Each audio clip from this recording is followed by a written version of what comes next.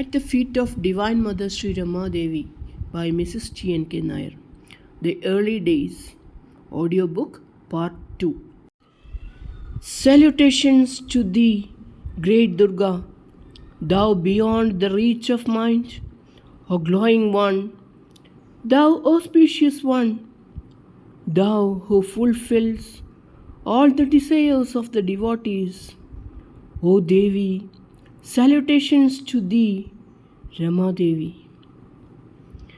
There are many instances in the life of Gopala Krishna Shennai when at crucial moments his faith in the divine nature of his daughter surfaced with intensity.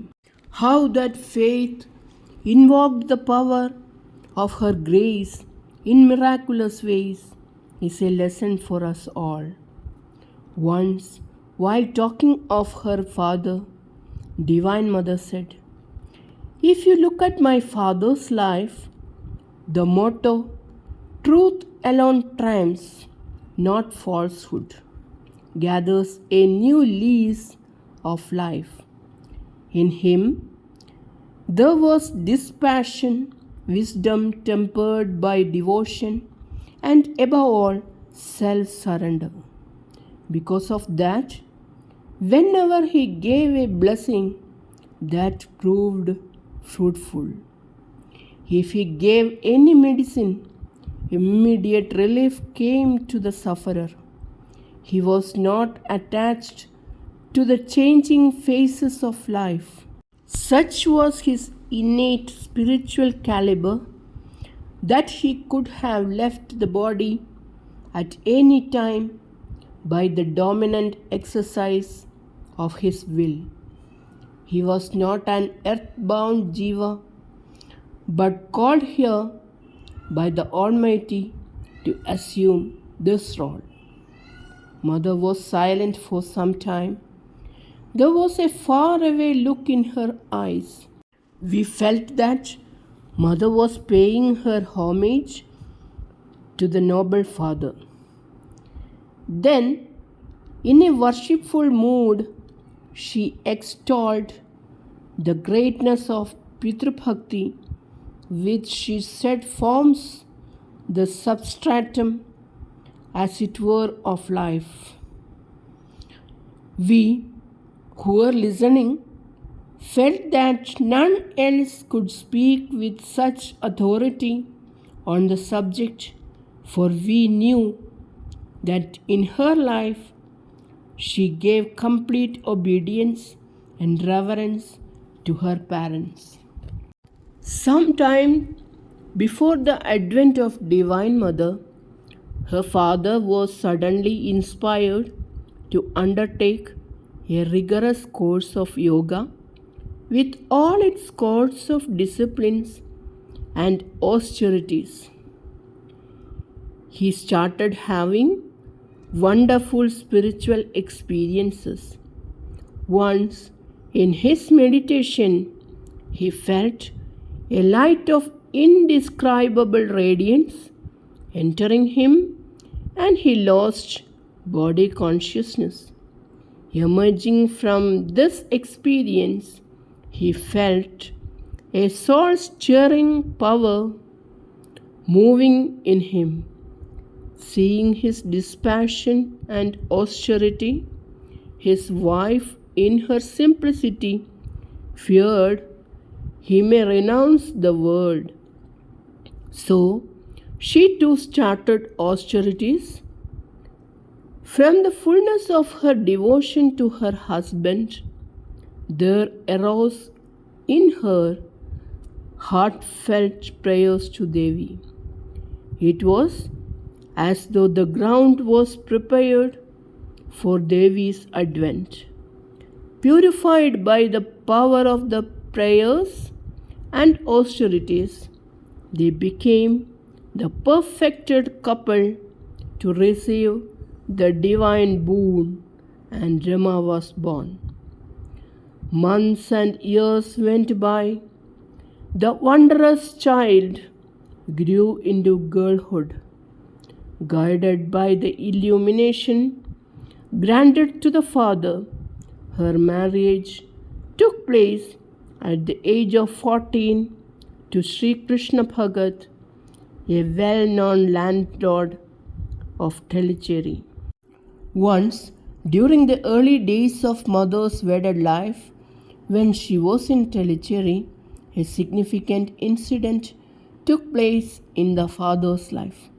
One morning, after his bath and puja, as he was walking towards his shop, a distressing sight met his eyes.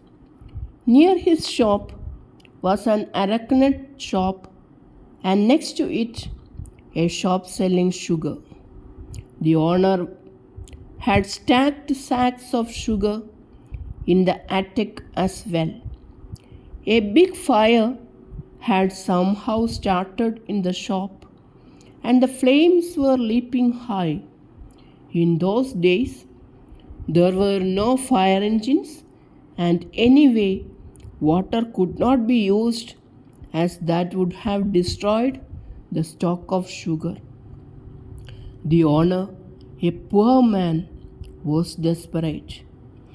He promised to give money if some of the workers would climb to the attic and bring the sacks of sugar down. But not one of them dared to go up as they feared the roof would collapse. Just then the shopkeeper saw Gopalakrishna Shenoy and rushing to him pleaded for help. Gopalakrishna Shenoy's heart went out to the man, for he knew that if the sugar was lost, the man would be penniless. Yet, how could one go into the inferno? He closed his eyes, and his daughter's radiant face shimmered before his eyes. With prayers to her, he ran into the shop. Some tried to dissuade him from that suicidal errand, but he ignored them and climbed into the attic through the fire and smoke. With superhuman strength, he started throwing down sack after sack. The smoke was suffocating, but he kept on. Seeing his courage, others too was impelled to help, and soon all the sacks were safely brought out. Gopalakrishna Shenoy was the last to come out, and then the shop collapsed. He was not even singed by the fire, and in the confusion, he quietly slipped away to his own shop. When the shopkeeper with tear-filled eyes looked around for him to express gratitude, Gopalakrishna Shenoy was not to be found. He did not care for praise nor seek gratitude for doing what he felt was right. But all those who were there were full of admiration for his courage and love for a fellow being. As I delve into my memories, I realize I know more than I thought I did about Gopalakrishna Shenoy. Fragments of tales narrated by others, the experiences of those who knew him, even snippets of information from Mother herself, all these come to mind. From the numerous incidents in Gopalakrishna Shenoy's life, I feel I must speak about this episode, which I feel reveals his utter conviction to his daughter's divine nature. This incident took place during the early days of Mother's spiritual ministry. She had come to Mangalore on a short visit. It was the season of temple festivals, the most important of them being the car festival at the Venkataramana temple. Thousands of devotees had gathered in the temple grounds and outside. After the customary pujas, the devotees formed up in their hundreds to pull the Ratha along the route. To their dismay, the Ratha would not move even an inch. It was a long-held belief that such a happening was due to some negligence on the part of the devotees, and that it augured ill for the community. From all sides there rose prayers invoking the forgiveness of the Lord, but still the Ratha remained stationary. Consternation spread among the devotees. Gopalakrishna Shenai was there to witness the festival. Many of the people around knew him and about his piety and power of faith. Some of them requested him to climb up and offer puja, sure that his worship would bear fruit. Ever humble, he was reluctant to do so, but they persisted, and at last, with surrender and prayer in his heart, he climbed on the Ratha. It happened that Divine Mother Rama Devi was also there among the group of ladies witnessing the festival.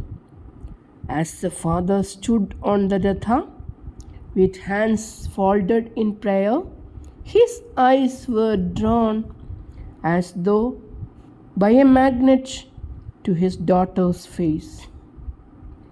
He saw her as Mahalakshmi herself, adorned in a gold and crimson sari, the lotus eyes pouring grace on him, and the radiant smile evoking divine help. From the depths of his heart, a prayer for succor rose up, and as if in answer, the Ratha began to move. Shouts of joy and jubilation rent the air as the procession started. Many came to touch his feet and pay homage, but he stood lost to the surroundings, his all being thrilling afresh to the reaffirmation of his daughter's divinity.